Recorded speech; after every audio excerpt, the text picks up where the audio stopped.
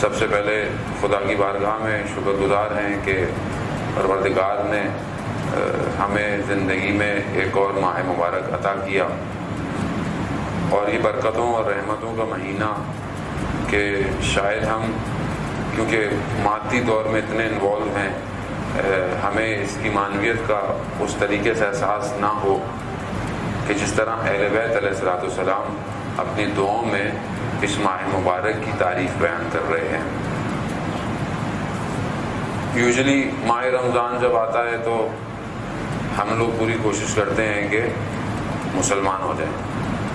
اول تو مسلمان ہیں، خدا نخواستہ ہم لوگ کوئی ہندو یا کافر نہیں ہوتے، لیکن کوشش ہوتی ہے کہ ظاہری مسلمان ہو جائیں تاکہ لوگوں کو نظر آئے کہ جی میں نے بھی روزہ رکھا ہوا ہے اور پیاس لگ رہی ہے، زیادہ کام نہیں تھے، گرمی ہے، یہ ساری چیزیں ہم اظہار بھی کرنا شروع کر دیتے ہیں کہ ہم لوگ مسلمان ہیں، ہم لوگ کوئی اور نہیں ہے۔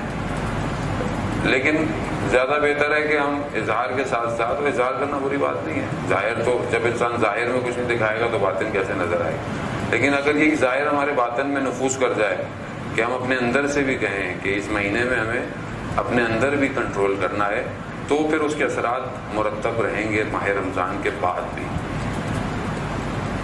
عموماً ہماری ماہ رمضان میں جب آتا ہے تو اس کی آمد اور اس کی اظہار جو ہے وہ ہمارے دسترخوان پہ زیادہ نظر آتا ہے، کیونکہ اسی سے پتہ چلتا ہے۔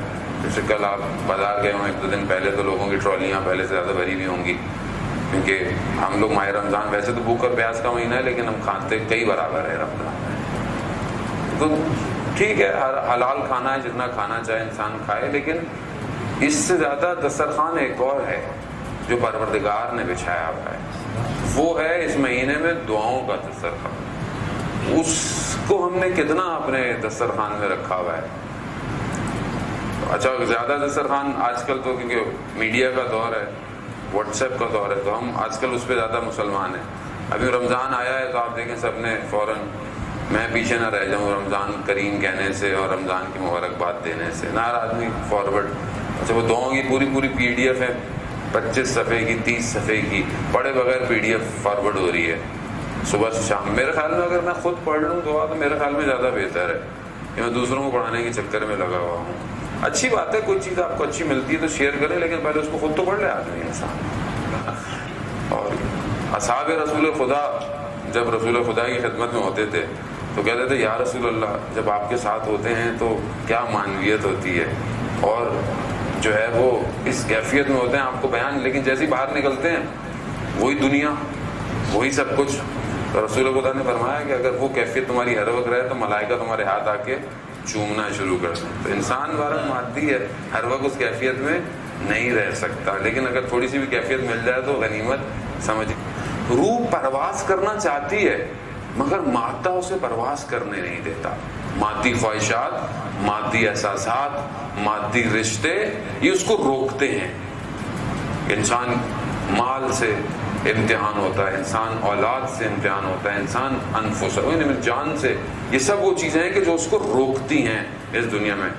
تو وہ فرماتے ہیں کہ ماہ رمضان وہ مہینہ ہے کہ جو انسان کی روح کو اس کے اس مادے سے ویسے پرواز دیتا ہے جیسے کوئی پرندہ اس کے پاؤں میں لوہے کی زنجیر ہو، وہ پرواز کرنا چاہے مگر نہیں کر سکتا۔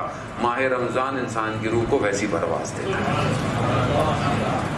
اب یہ ہمارے اپنے اوپر ہے کہ ہم اس مہینے سے معنوی پرواز سے آ رہے ہیں یا مادی پرواز سے آ رہے ہیں۔ مادی پرواز سے کیا انسان جو ہے وہ ماشاءاللہ لوگوں کے وزن کم ہونے چاہیے، لوگوں کے وزن بڑھ جاتے ہیں ماہ رمضان کے اندر۔ تو اب یہ ہمارے اپنے اوپر ہے۔ عزیزان محترم، یہ وہ مہینہ ہے جس میں پروردگار میزبان ہے۔ یہ آسان بات نہیں ہے کہ خداوند متعال جو کہ خالق کائنات ہے وہ اپنے مخلوق کی میزبانی کر رہا ہے۔ رمضان یعنی ٹائم زون ہے۔ آپ نے جو دعا انشاءاللہ تلاوت کی ہوگی کہ جو امام سجاد علیہ السلام اللہم صلی علی محمد وآل محمد، امام نے جو دعا تعلیم کی ہے، امام جب پڑھ رہے ہیں چاند کو دیکھ کے جو دعا ہے امام کی، امام نے چاند کو مخاطب ہیں، چاند سے کہہ رہے ہیں کہ تم کتنی برکت والے ہو، تمہارے آنے سے جو ٹائم زون آ رہا ہے، جو ٹائم آ رہا ہے، وہ اتنا بربرکت ہے، اس کی رحمتیں اتنی زیادہ ہیں کہ کوئی اور ٹائم اس کو پورا نہیں کر سکتا. آپ الفاظ پہ اہل بیت کی غور کریں. ہم نے تو اہل بیت کو صرف اپنی منت ماننے کے لیے رکھا ہوا ہے، باقی تو ہمارا ان سے کوئی تعلق ہی نہیں. انہوں نے پڑھا کیا، بتایا کیا، زندگی کیا ہے. امام فرماتے ہیں کہ جو برکتیں اس مہینے میں ہیں، پروردگار چاند سے مخاطب ہے، جو مہینے میں برکتیں آ رہی ہیں اس کو زمانے کی گردشیں ظاہر نہیں کر سکتی. یعنی جتنا ٹائم چینج ہو جائے، جو برکتیں ماہ رمضان دے گا وہ کوئی ٹائم آ کر اس کو خراب نہیں کر سکتا. اور جو پاکیزگی اس مہینے میں عطا ہوتی ہے اسے گناہوں کی آلودگی خراب نہیں کر سکتی. ایک ایک جملہ ایسا ہے کہ انسان صرف تفکر فکر کرتا رہے جانے ہوا تو. اور یہ مہینہ تو اتنی دعائیں ہیں. لیکن بہرحال آپ بولیں گے ہم کتنی مولانا صاحب کتنی دعائیں پڑھیں؟ صبح کی دعا ہے، شام کی دعا ہے، رات کی دعا ہے، دن کی دعائیں ہیں. جتنا پڑھ سکے، جتنی توفیق ہو، تھوڑا سا اس مہینے میں اپنے باقی کاموں کو سائڈ پہ کر دیں. بیوی کیا فرماتی ہیں؟ بیوی کہتی ہے کہ روزہ صرف انسان کے بھوک اور پیاس کا نہیں ہے، روزہ پورے اعضاء و جوارح کا روزہ ہے. یعنی گویا ہاتھ کا بھی روزہ ہے کہ ہاتھ سے کوئی ایسا کام نہ ہو کہ جس سے خدا نے منع کیا ہے. زبان سے کوئی ایسی بات نہ ہو، چاہے وہ جھوٹ ہو، چاہے وہ تہمت ہو، چاہے وہ انسان غیبت، کوئی بھی نہیں ہے. لیکن ہم معاشرے میں اتنے عادی ہو گئے ہیں برائی کرنے کے، ایک دوسرے پر بات کرنے کے، کہ ہمیں پتہ ہی نہیں چلتا کہ ہم روزے کی حالت میں ہیں کہ نہیں ہیں. انسان کا طرز زندگی بندگی ہونا چاہیے.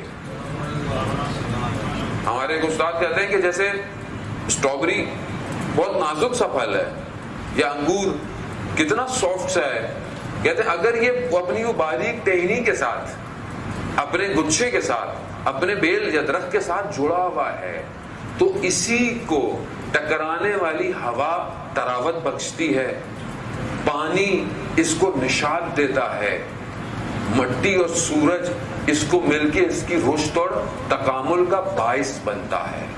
یعنی یہی جو عوامل ہیں اس کو کمال دے رہے ہیں. لیکن جیسے یہ انگور ٹوٹ کر گر جائے تو یہی دھوپ اس کو گلا دے گی، یہی پانی اس میں بو پیدا کر دے گا، یہی ہوا اس کی پوست کو خراب کر دے گی.